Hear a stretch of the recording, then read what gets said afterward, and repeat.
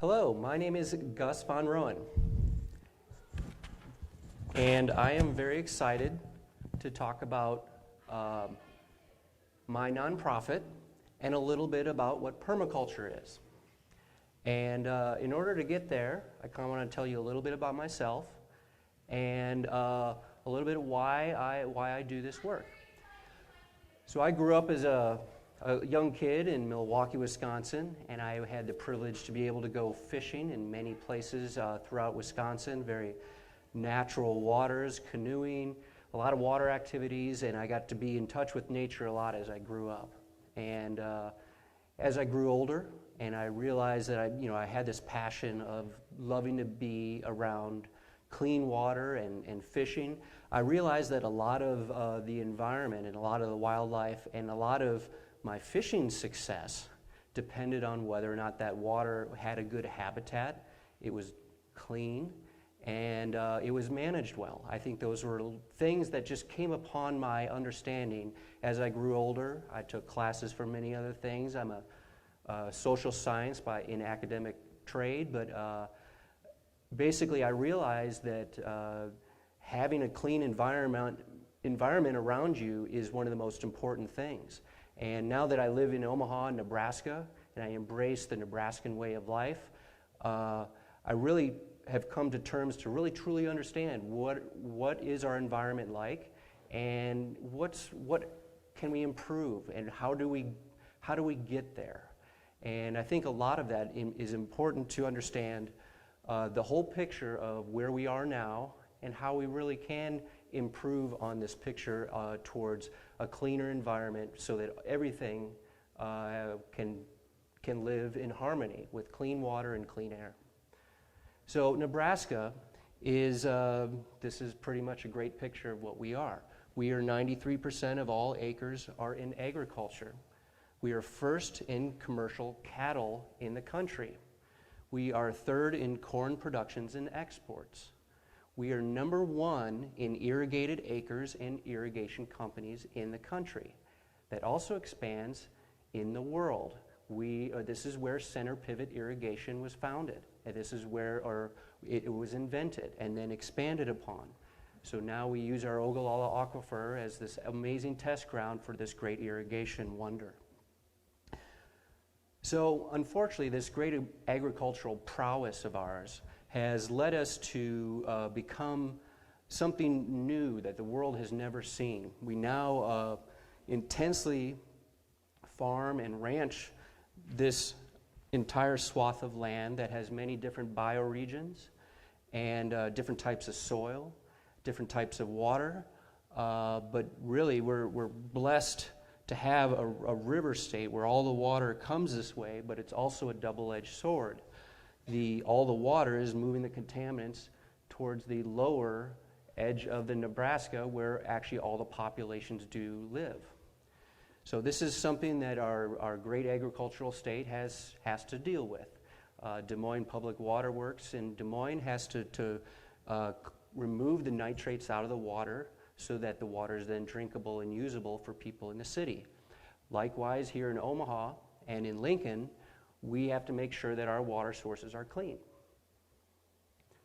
So permaculture tries to address these issues that are having to deal with our modern industrial age of industrial agriculture, and then trying to imagine how we can heal the world so that we get someplace and we can see progress again.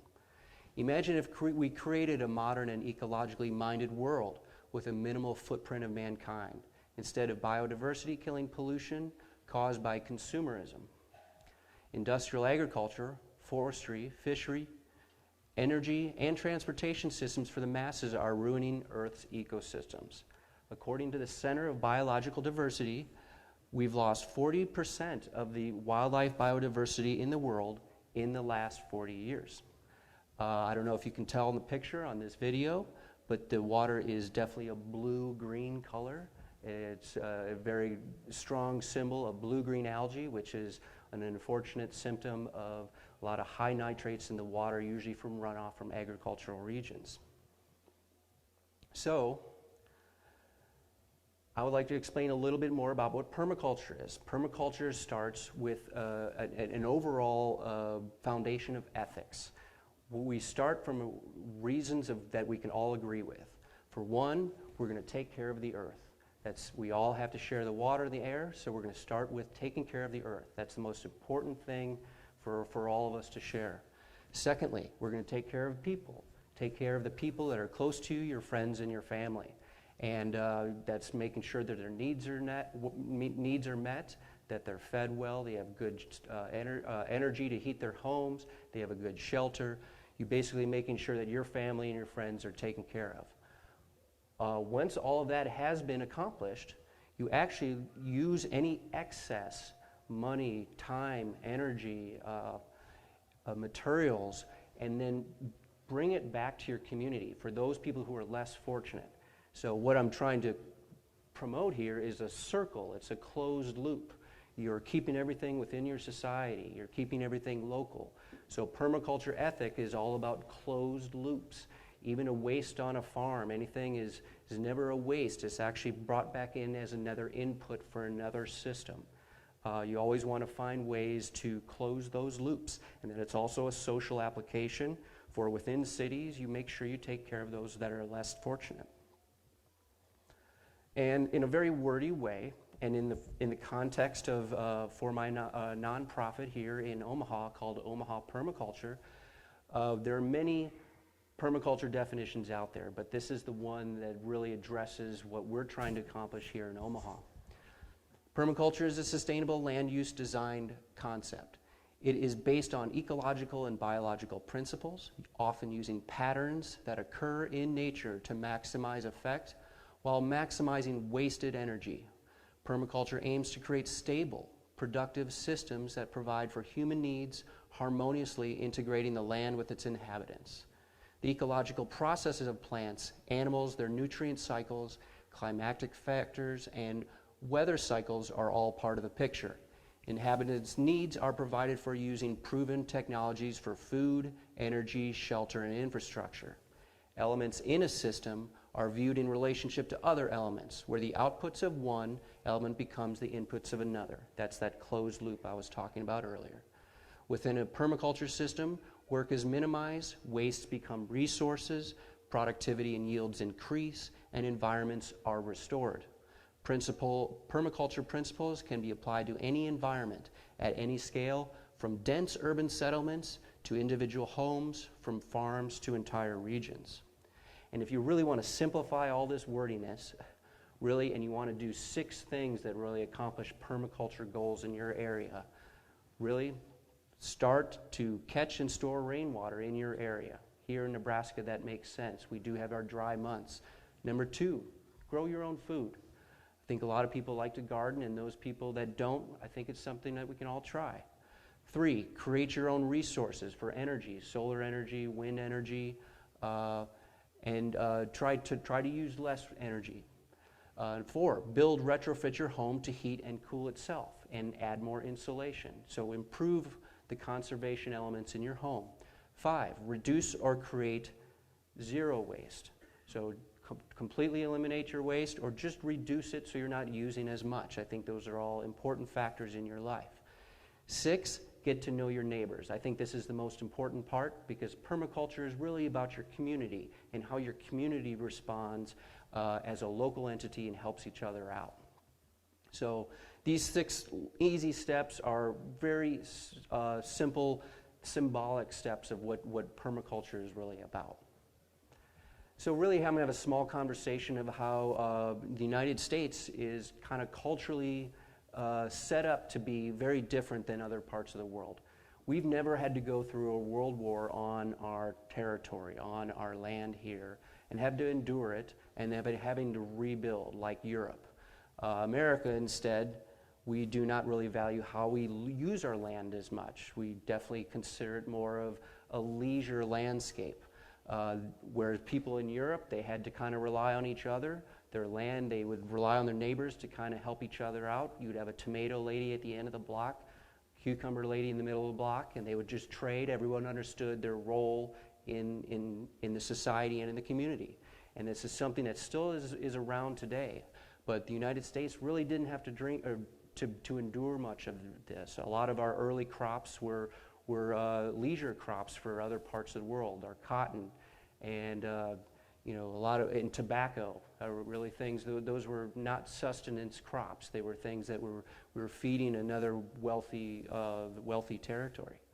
So, having said that, we do have strains and moments when we do get into community gardens and our victory gardens and the victory garden posters of the 30s and the Depression era and after the war.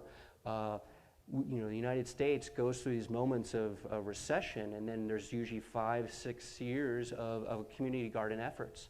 However, it usually falls after the wayside after the economy improves. This time, after the recession of 2008, 2009, we're actually watching community gardens stick around, and a lot longer than they normally do. So I wonder if this is really going to kind of change our culture, and if we're really going to embrace this like other cultures do. And Omaha, this is kind of what we used to look like. This was an edible city. There's a view from the stockyards looking down. And if you recall, we actually used to produce food in our cities. Now we consider all food being grown on the outskirts of the city in our rural communities. Well, that wasn't the case. Almost all food was grown in the cities. And so really this slide here is just kind of a precursor and to explain a little bit further of why it's really not out of place for us to consider using our landscapes within the city for growing food. But really to have this discussion, in permaculture and in Nebraska or wherever you're at, we have to have the conversation about soil and building soil and then retaining soil. Those are really the most important parts of what we're trying to do. And so this ends up being a building block of all of our efforts. No matter what we think, we're trying to make sure that rain doesn't wash it away or wind doesn't blow it away. So we're trying to take a lot of our cues from nature. In a forest setting, you can imagine the soft footing when you walk through a forest and your foot sinks. That's a really good depiction of the decomposition that's happening right under your foot. And then you compare that walking through your backyard during a month of a drought and how you feel the hardness. And there's very little living decomposition happening underneath your feet in your own yard. So what we're trying to do in kind of composted mulching situations, we're trying to imitate what nature does in its decomposition passively over time. We can wait for soil to be created. It's kind of like watching paint dry, but it happens. And if you have the patience, it'll happen for you. And Nebraska, when you combine our love of creating soil and retaining soil, Nebraska actually has one of the best stratifications of moisture. That's what this map shows here is precipitation. From 10 inches way out here on the panhandle all the way down to 30 inches average every year. This is an amazing stratification from almost practically everything you grow from seasonal moisture. But I do want to point out, here in Omaha, the last 3 years we've received 60 inches of rain, double our average. So climate change is moving some things around, and we're receiving some of the displaced moisture that California should have been getting over these last 3 or 4 years. But really, we're very fortunate to have as much moisture. But one thing, the trade-off for getting more moisture is you're worrying about more of your soil washing away. And in a lot of our contoured landscapes here in the city, around the Bluffs area, the Council Bluffs, the Missouri River Valley, it's very contoured in our little landscapes. Well, if you can imagine, all that 60 inches of rain is washing away a lot of soil. So that's really one of the points that we need to get into. So municipalities are starting to get better at understanding that stormwater is something that's important and to keep around and actually not just let it wash away. So here in Benson and local Florence, you can see rain gardens are starting to pop up. You see this great kind of civic consciousness that stormwater and the retention of the water before it's just washed down the Missouri and then polluting downstream neighbors is a good ethic to follow.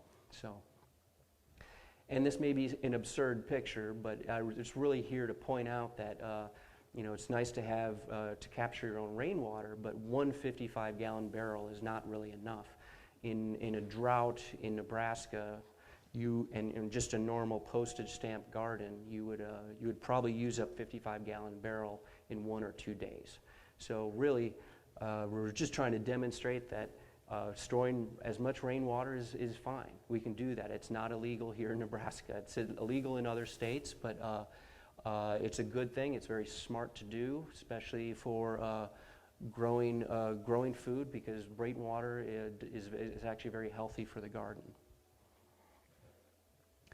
And so when you combine our love of soil and then our love for retaining water, really what we're talking about is terracing our areas and our landscapes instead of just letting the slope away. Really, if you can imagine, all the silty small particles of soil are being caught and slowed down on the landscape. Meanwhile, during the rain, the water is retained and held here rather than washing into the creek and into the riverways. Thereby, that water does go through the soil and then comes back into the river after it's gone through the soil, thereby clarifying. So really, terraces are a healthy expression of cleaning. It's a filter system for our river systems. And it's something that, if man-made, granted this is a very elaborate depiction here, but the labor of love is definitely rewarded because you have lush, moist soil sitting there, meanwhile cleaning your water into the landscapes. So it's a very great example of what permaculture concepts can do for yourself, for your community, as well as for the communities downstream.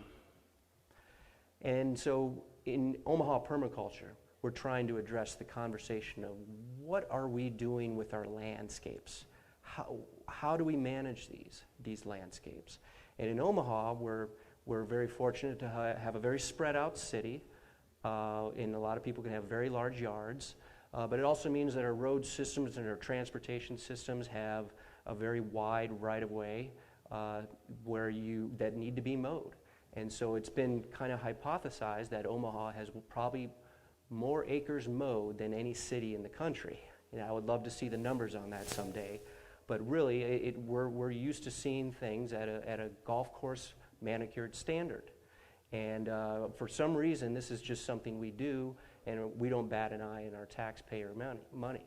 So there are ways to consider different uses of our land and our green spaces than just being mowed down, thereby being considered a desert for anything living. A bee has to go a lot further to find even just a Dutch white clover for early pollen. All our landscapes are deadheading and they're mowed on a regular basis. So this is an unfortunate way to kind of consider and use our landscapes. So this is a neat movement that happened a few years ago. It was on the internet and Facebook and other social media. It was the Grow Food Not Lawns movement. And I think it's really making a good point here in saying that, if you have a good south-facing front lawn, sacrifice it and start growing food on it rather than using it as a place that you have to pay homage to the lawnmower garage moment where you're kind of kicking it and trying to figure out how it works and also figure out what to do with all your yard waste. I think if you were to use your land and your space around you to actually understand that there's regenerative models, that you can use the waste that come off of your landscape to feed the soil again, this is really the discussion we need to be having. And so this is a little picture of all the vacant properties that are in North Omaha. So these little black dots, this is considered, there was a study about 10 years ago on the impact, and this particular area was a high impact zone, meaning that whatever efforts towards revitalization in this area would have a high impact, because this is one of the lowest, most impoverished parts of our city. So it's also considered a food desert. There's not much transportation through this area, but really it's an area that's not really getting any better. So really, Omaha Permaculture, we're viewing this as an opportunity to look at these vacant properties, some that have been laying fallow for 30 years, and see what we can do with this soil and see what we can do with this land. And what does this mean for us? I mean, there's a lot of different factions, and I'll kind of summarize it real quick here. It means, well, our mission statement is we're a nonprofit that fosters community through sustainable land stewardship. And we manage 7 vacant properties for the City of Omaha Planning Department. We own 2 vacant properties. One has been planted as a food forest, and one is being planted and funded as a stormwater garden. We are the lead organization for restoring a 4-acre park in Bellevue, Nebraska. We're designing a schoolyard for a local Montessori school. We are leading a discussion on neighborhood organic waste.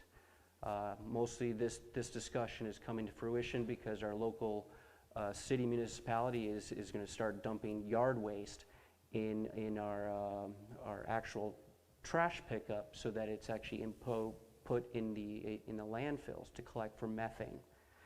This is something that it's not really a good idea for at least people, those that are in the horticultural realms, because all this organic waste could make great compost. And Omaha already has Omaha Grow, or OmaGrow, which has been grant funded. It's not very much taxpayer funded. There's very little taxpayer money involved. But for some reason, we're foregoing this reason, and now we need to educate our communities more about how to actually deal with organic waste coming off of their property. We have also organized a Nebraska BioBlitz team with a lot of super smart scientists, and they go through all these properties that we manage and document the living species on the property. So the bugs, the plants, the trees, and the animals. We're also building a sustainable geothermal greenhouse with an urban farm in North Omaha. So these are all a lot of how we're expressing what permaculture means in North Omaha and in our low-income communities. So we're kind of working with an old standby theory, is the broken window theory, that as long as we clean up a place, that it does not lead to the other social indicators of misbehavior and crime. And that's really the first step of our efforts on these properties, is just to go in and pick up trash. Some of these properties, because they're vacant and they're tucked back into a neighborhood and a community, people think they can get away with just dumping all types of things: sofas, tires, TVs, appliances, and all types of things. So really our first efforts are to come in, clean it up, and then try to put a sign on it, put a phone number on it so people can call if they have questions, and then really trying to make it more appeasing in the landscape and in a curb appeal approach. And once we clean up usually the trash from the accumulated over winter, then usually we have no problems for the rest of the year. That people understand that it's maintained, it's aesthetics, there's actually some pride being built upon these properties. Because unfortunately, we're taking over with these city vacant properties. The city would send in mower teams, contractors, and they would not go up and pick the trash up. They would just kind of spread it and shred it. So this is kind of the difference in our approach. We are not mowing everything. We're actually trying to not mow as much. And so definitely there's an aesthetic we're trying to teach the communities about prairies a little bit more. But at the same time, when we do mow, we're definitely picking up the trash, and there's definitely a pride that we're trying to inspire in that respect.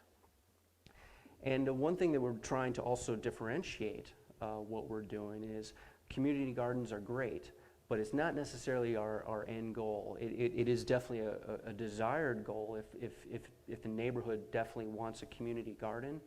But there are a few things you need before you start a community garden. For one, most of these vacant properties don't have an installed water line on the property, so at the cost of $7,000 to an organization, they would have to install water to get a community garden to be able to water it on a routine basis. So that's one thing. And then if you remember that slide earlier about how this kind of hollowed out neighborhood, you need to find a champion. You need to find a neighborhood champion that is going to watch this community garden, inspire the people around them, teach others, and kind of tidy up and do all those things at community garden. So unfortunately, in a lot of the communities we're working, you don't even have the champion, you don't even have the water line. We're trying to inspire that, to hopefully inspire the neighborhood to come up with their own champion, and then we can kind of pass it off. So, but really the aesthetic of what we're trying to do is a little bit more relaxed than like your typical garden. We definitely use the ground. The soil has been tested. Any lot we work with, all the soil has been tested. And usually the soil is absolutely amazing on these lots once after a full till, because most of the soil hasn't been touched in 30 years. And so it's really soft and loamy and silty, and as opposed to everything else being clay in Omaha. So really we kind of let a lot of, we end up having very successful pollinator gardens that kind of undulate and kind of stagger throughout the property, and it's a really nice way to kind of walk through and experience a permaculture yard that is grown entirely in seasonal moisture. So we're really doing a lot of this for pollinators. I mean, last year was the year of the pollinator, but there's really no more, there aren't any bigger heroes or superstars for our yards and our properties. If you see these insects succeed, then you're succeeding in your ecosystem and your garden space. You're definitely giving nature their best opportunity and their best chance to succeed.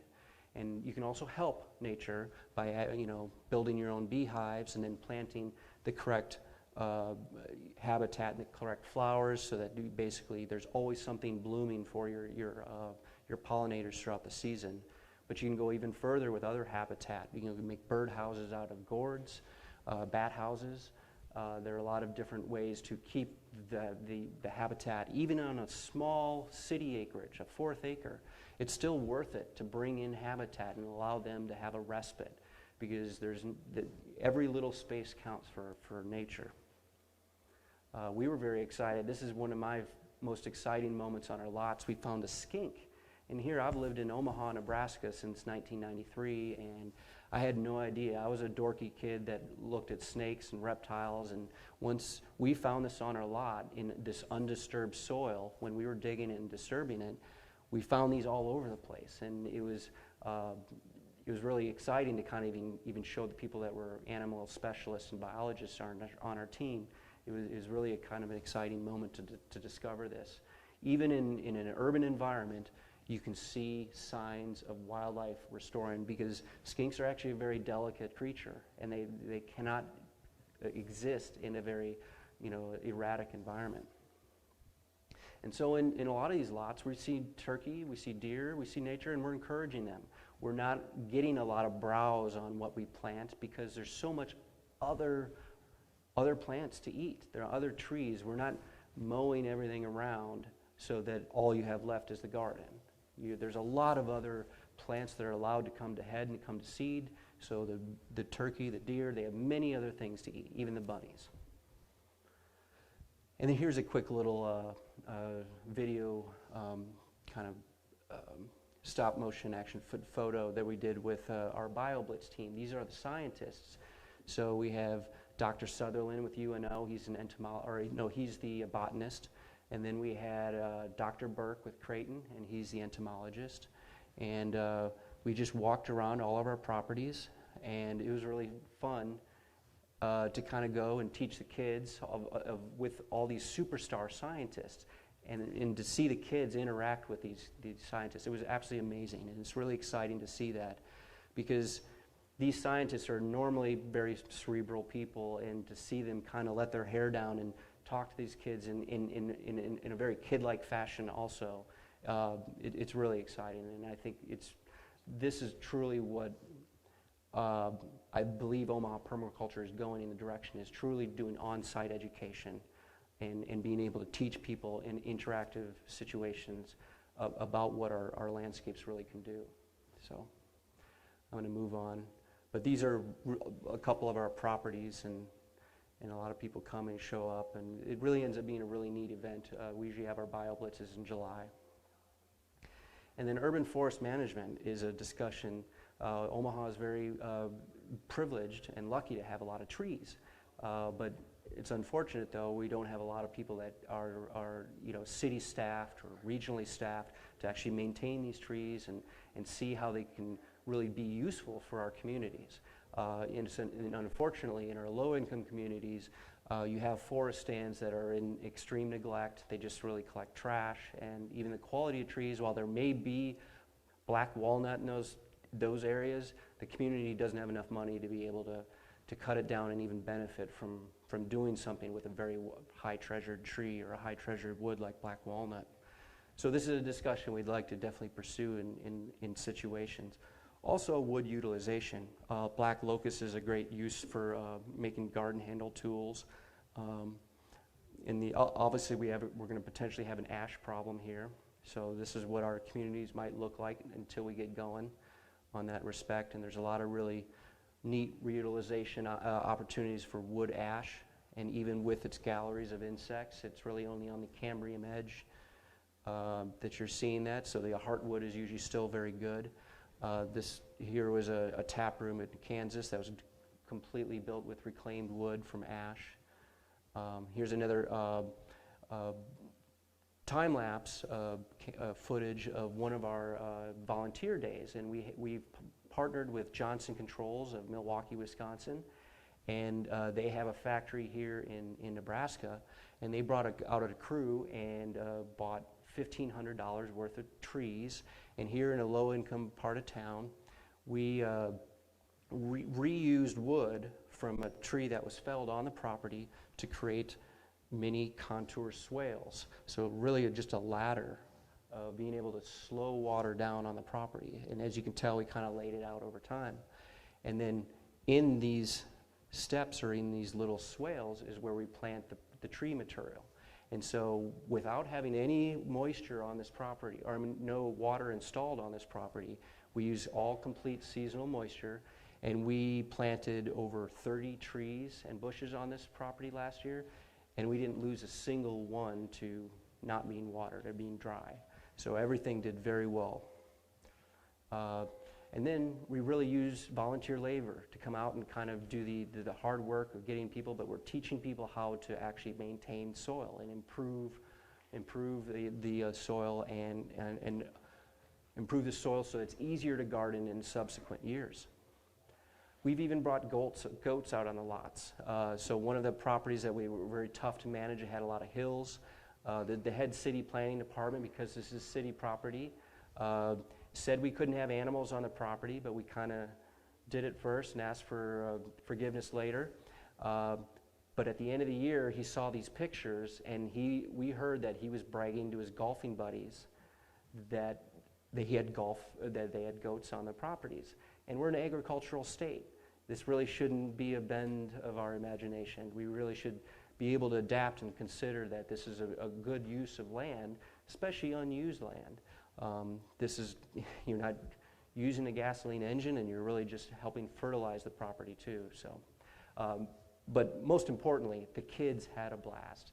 We brought the goats out, and literally kids came out of just the woods and trees. I mean, we had almost 10 kids in there, and they loved being with the goats.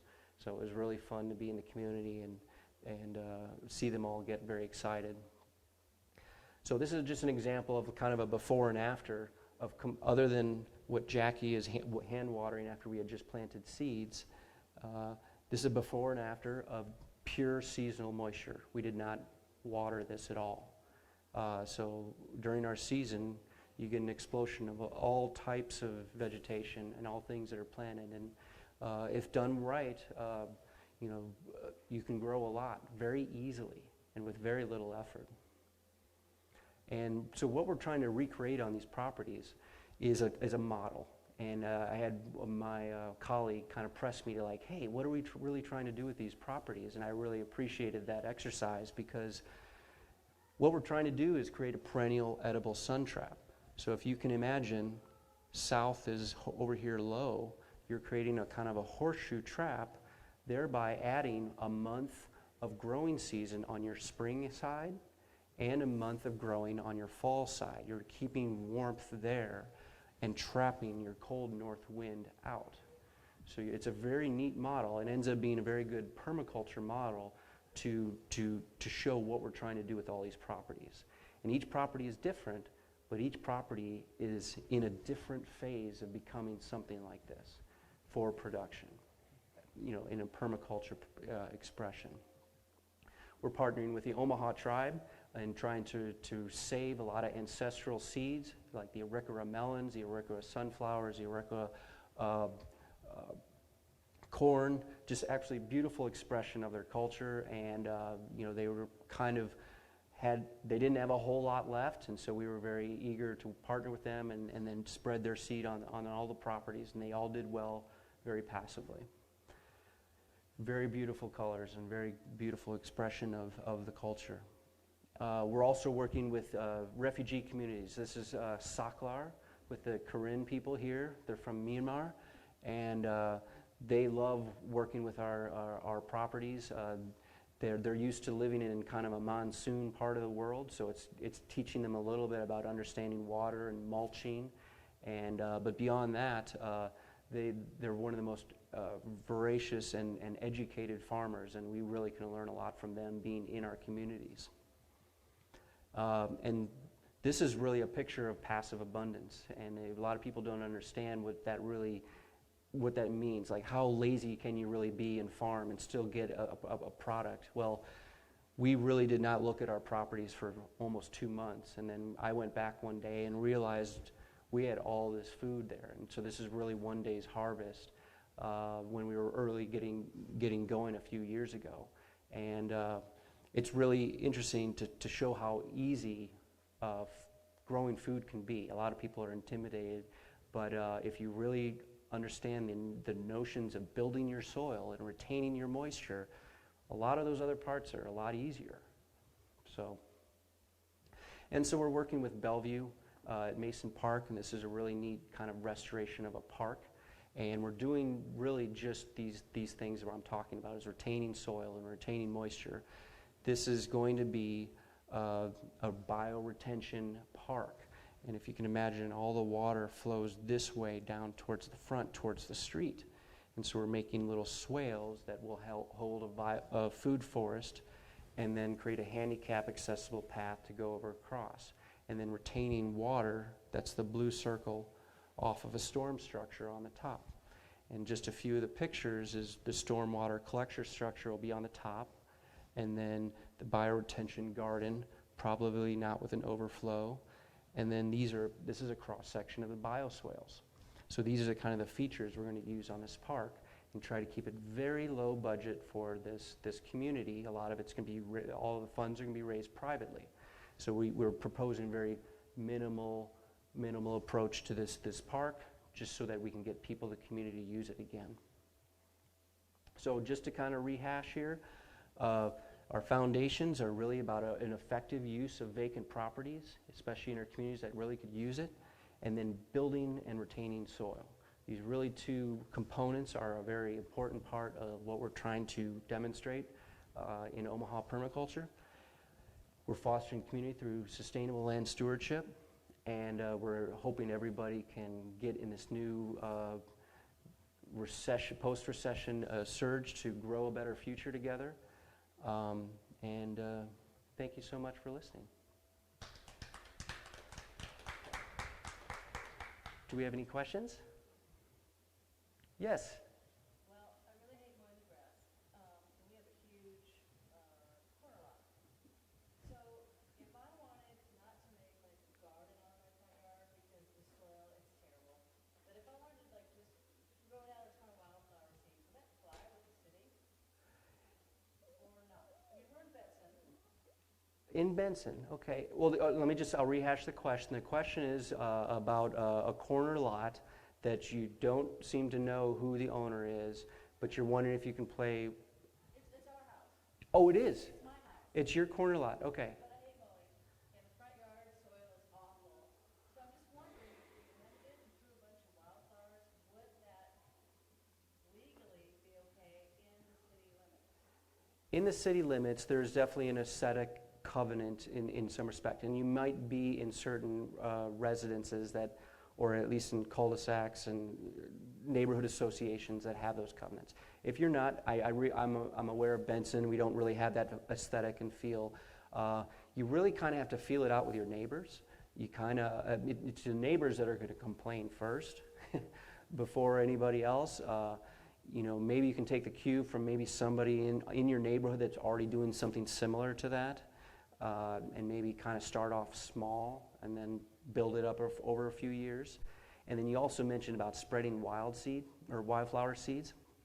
A lot of people think the wildflower seed spreading happens and boom, the next season you have wildflowers.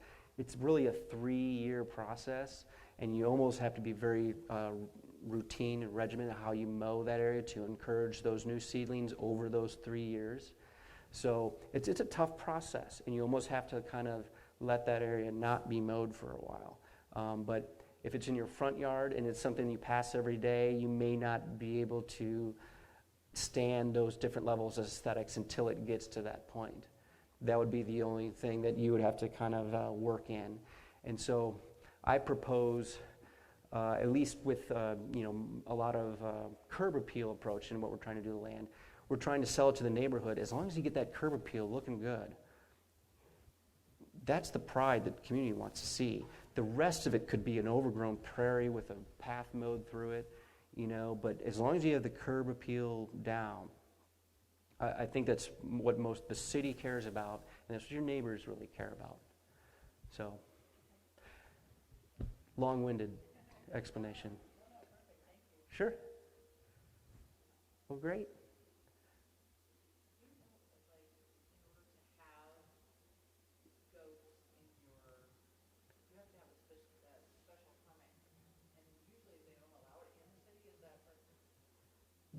Actually, Omaha is a little fuzzy with goats, but you are allowed. It's mostly because we have a very strong Latino community here that you are allowed to have a goat-free quinceañera, and you can actually you can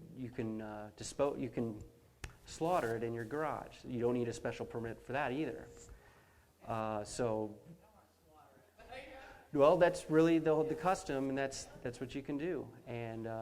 And we're also very agricultural in the sense that, we still have horses within the city limits, and chickens are really an easy thing to include in your backyard environment. They're really becoming more popular now. Actually, all the neighborhood association meeting this year is really, they have a huge panel all on chickens. So, yeah. Yeah.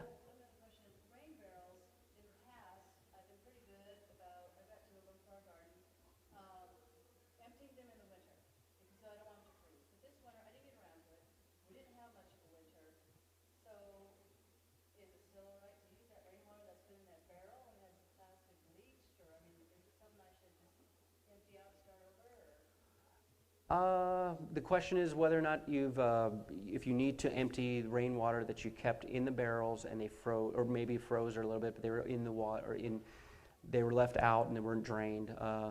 Honestly, I don't have a problem. I don't see a problem with it because actually there could be nutrients in there, and actually water, if it's allowed to go through a freeze cycle with leaves and stuff in it, organic debris in it.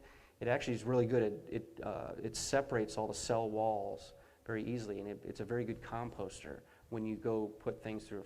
The Chinese used to do that, and they used to have these very large kind of compost pools in front of their home, and they were a very waste-cognizant society. They would pick up any waste on the side of the road, no matter from what animal, and they'd take it in their pocket, take it home, and they'd put it in these waste pools, and then it would go through a freeze cycle over the winter. And if you can imagine a big slurry of stuff in a big pool, well, like I said, that freeze cycle, right at 4 degrees Fahrenheit, 4 degrees Celsius, right before it completely freezes, water expands. And that tears a lot of cell walls that you otherwise replicate in composting. So it's another way to do it, but the Chinese knew that hundreds of years ago.